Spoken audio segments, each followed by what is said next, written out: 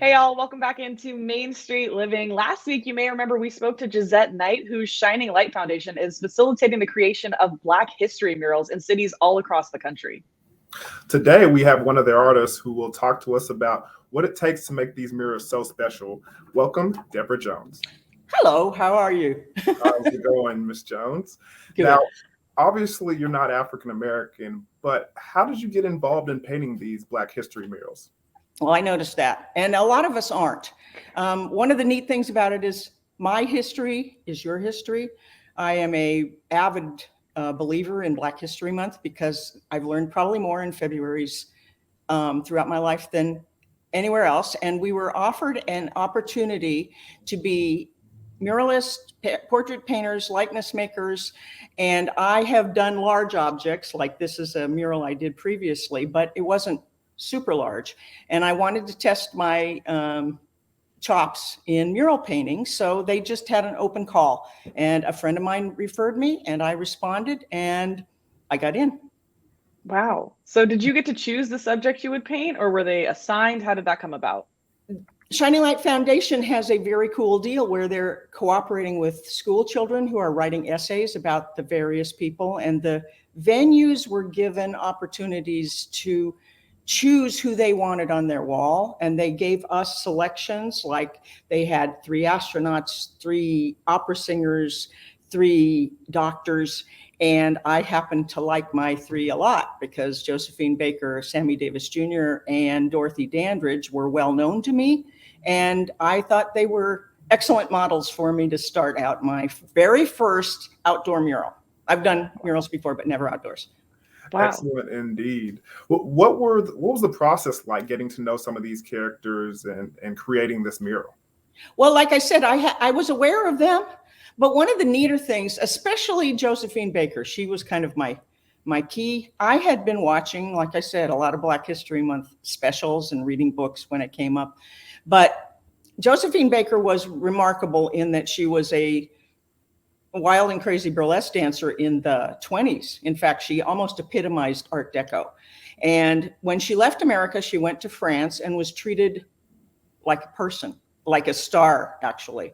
When she came back, there was a lot of discrimination. And so she went back to France. And what really is her core is that she worked with the resistance in France and ended up with tons of medals. She was honored as a war hero.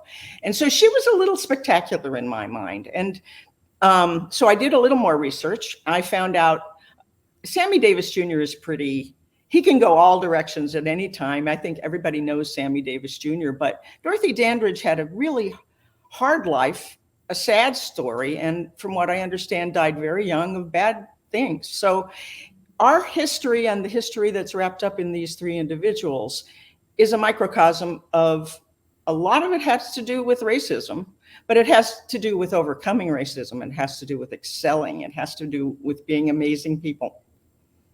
Yeah, I love that. Actually, it's funny when you're talking, it reminds me, I worked at an event recently. They gave out t-shirts and they said, Black history is American history. And that's kind of what's reminding me of what you're talking about here. Something really cool though, like you said, you've never done one outside. You're not doing this in a studio. You're just painting on the sidewalk. So did you have a lot of people interacting with you as you were working? I'm glad you jumped into that, because that's kind of what was the most marvelous about it. I had a slightly smaller space. I did not get the gigantic things in the scissor lift, and it was perfect for me to test the waters. But as I drove by, I was on a street corner with no parking spaces, but the light rail had a very long stop. So people would pull up behind me and engage me in conversation. All of it was wonderful. People would yell, I know Sammy Davis Jr., but who are the other ones? And people would applaud me and people would thank me. But the one that was the most disconcerting maybe was I was working, they were sitting there, I could feel their presence, and I heard, all history matters. And I wanted to say, yes, exactly. That's what we're doing. It's history. It's America's history. So yes, I engaged with the people, and I didn't make my lettering on the names very large because I was really enjoying the guessing game the people were having as they pulled up to talk to me. It is a way that the community got involved. My owners loved it. They were 100% supportive, and I feel like I did a great thing. I mean, it was more fun. And when I stopped, I sort of have to admit I was a little saddened. Oh, wow. With that experience, I mean, why do you think Black History Month is so important? When I was a kid, I was raised in a very lily white neighborhood in Littleton, Colorado. And we had a Black family, but I did not know that I mean, I didn't really realize what was going on. And even slavery, I did not understand slavery until one Black History Month. I watched a really not marginally good documentary. No, it was a teleplay about Sally Hemings. And it hit me like a ton of bricks that you can be in love with whoever you want, but when you have absolutely no agency, slavery is not just a peculiar institution that they glorified and skimmed over in Gone with the Wind. It was horrendous. And I was not aware. And so I began understanding a lot more about what it really takes to overcome a situation over which you have zero control.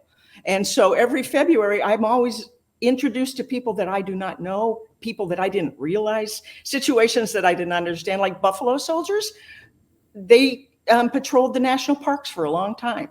I mean, I knew there was a Black troop of soldiers, but I didn't realize their history. So loading that history into the American experience is a great time and a great idea, if you ask me.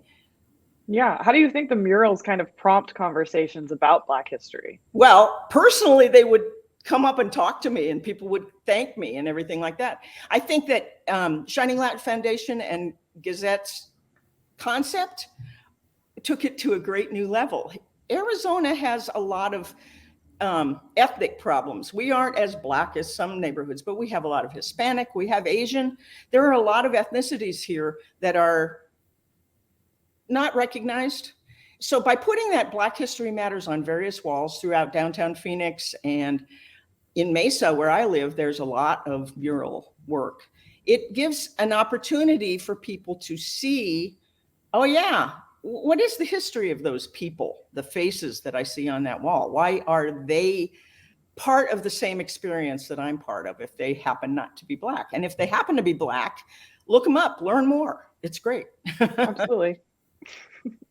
How can people get in touch with you or see more of your work before we let you go, Debra? Well, I have a website, which is jonesportraitart.com. And that same way you can get in touch with me at jonesportraitart.gmail.